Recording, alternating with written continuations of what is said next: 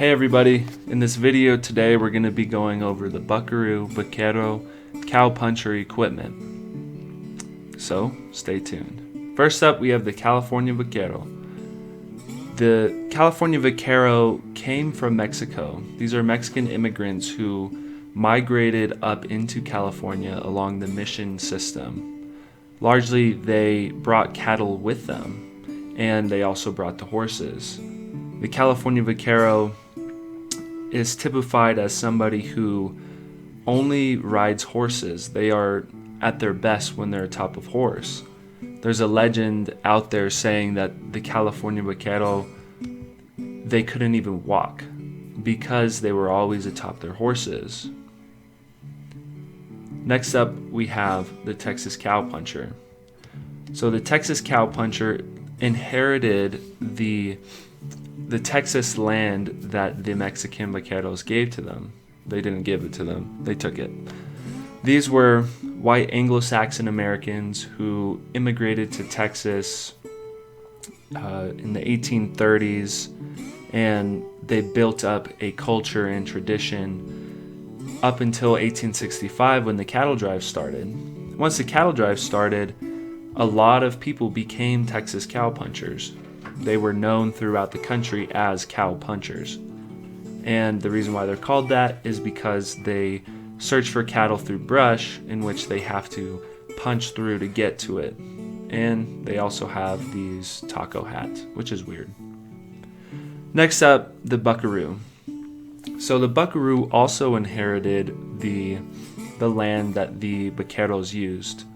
They're located largely in Nevada, California, Montana, Idaho, just kind of in that Great Basin-ish region. These guys typically work in the desert.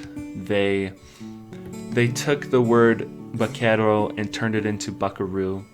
That tells you a lot about their culture and traditions, meaning that they pull largely from the vaquero traditions, especially in their horsemanship. Now, let's jump into what exactly their equipment is. So the California Vaquero, they ride in Visalia trees. I'm not talking about the vaqueros of today, I'm talking about the historical definition. So a Visalia tree is characterized as a deep saddle. And as you can see in the middle picture, there's also a little gap. That's to allow the horse to breathe underneath when you have the saddle on. And they're going to have silver. Next, you have the Buckaroo. This is a wade tree saddle. Their horn is straight up and down and large. This allows for easier dallying, and a wade tree saddle is not as deep as the Visalia, but those serve as a purpose that they need it that way, and I'll explain that in my Buckaroo video. Next, you have the Texas Cowpuncher saddle. This is clearly seen by the swell forks in the front and the small horn. So typically the Texas Cowpuncher doesn't need a big horn because they don't dally, they tie on. And they need swell forks and a rough out saddle like you see here because they ride bronchier horses that will buck them off. A rough out saddle is what you just saw. So the Texas Cowpuncher will use a snaffle bit. They'll do this to start their horses in, their colts. And it has that curb on the side, which, that's just what they do. And the pinnacle of Texas Cowboy, cowpuncher stuff is the curb bit. This allows them to graze and allows them to have a certain level of control over their horse without getting too refined. Finally, you have the split reins. So the Texas Cowpuncher doesn't want their reins being yanked out of their hands. So they cut the reins in half and called it good. Just kidding, but if you watch the Cowpuncher video, you will see that split reins do have a purpose. Next, you have the snaffle bit, an O-ring snaffle. This is used by buckaroos and horsemen all over the world. So it's not as harsh as the curb snaffle bit, but it is still a snaffle bit, it is still a bit. It's used on younger horses. Next up, we have the paracord Makati. This will tie onto a headstall used by a buckaroo. And I put this on here because it's not the horsehair Makati. The horsehair Makati is the traditional historical use of a Makati, but Buckaroos will use that paracord. And Vaqueros use the horsehair. So you kind of see that Vaquero, Buckaroo pulling on each other. Hackamore. This is a bitless bridle. It's used to start colts, and Buckaroos and Vaqueros will both use this. So they go through a process where the hackamore keeps getting smaller and smaller and smaller until that horse is ready for the two rein. The two rein is a bozalito and a spade bit put together. So in other words, you have two reins. And you will use the hackamore while the horse carries the spade bit. Because if a horse is immediately put into a spade bit, you could kill your horse, or you could just completely destroy their mouth, and then you wouldn't have the refinement that a spade bit actually brings. So, in my opinion, the pinnacle of horsemanship is riding in this spade bit.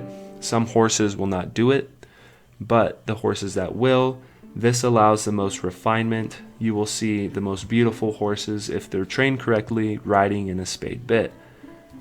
Next up, we have stirrups. So as you can see here, anything that says Mexican or Spanish will be used by Vaqueros. Largely today, you're not going to see a lot of the top ones, but you will see variations of the bottom. On the left, we have the cowpuncher oxbows. This allows cowpunchers to lock their feet in on those bronchi horses. In the middle, you have tapaderos. Those cover the stirrups of the Vaquero. On the right, you have the Buckaroo silver stirrup. So let's jump into spurs. On the left, you have the cowpuncher spurs. This is characterized by smaller rowels. They use a shank that is not like the drop shank on the right. It goes up, and on the right you will have a larger rowel, and you also have bells along with a drop shank. This is because cowpuncher, buckaroo, and vaquero, they all want different things from their horses. Next up, we have nylon and poly ropes. These are used by buckaroos. Buckaroos will use the poly on the left and the nylon on the right. They will have ropes ranging from 40 to 60 feet. They vary between the two. Sometimes they use a riata, but typically they're going to be using that poly or the nylon. So nylon ropes, cowpunchers, they almost exclusively use this rope. Their ropes are not going to be as long. They tie on to their saddles so they don't need to dally. They use the nylon because it can get wet, muddy, dirty, and still retain shape. And if you're watching a Western, this is more than likely what you're going to see. Now we have the riata. Just much like the spade bit, the riata is the piece de resistance of horsemanship and roping. A riata is a rawhide rope that is hand braided by somebody. It requires a lot of waxing and use. If it gets wet, it starts to go limp. If you break one strand, the entire thing breaks. The riata has a life of its own. Now we talk about chaps, chinks, and armidas. Chinks will be used by buckaroos, meaning they're smaller than the chaps. They don't go as far down. That's because buckaroos don't need them to. Buckaroos need their chinks just to stop the brush from hitting their legs. In the middle, you have armidas.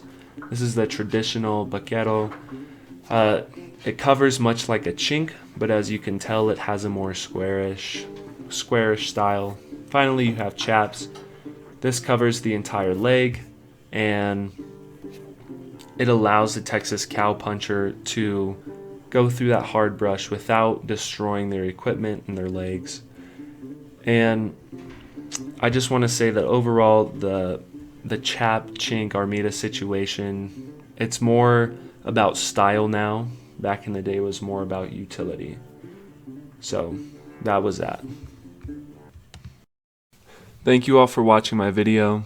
I hope you liked learning about the Vaquero, Buckaroo, cowpuncher traditions, and just learning about your equipment ranging from chaps to bits, and just diving a little bit deeper into your understanding of the American cowboy.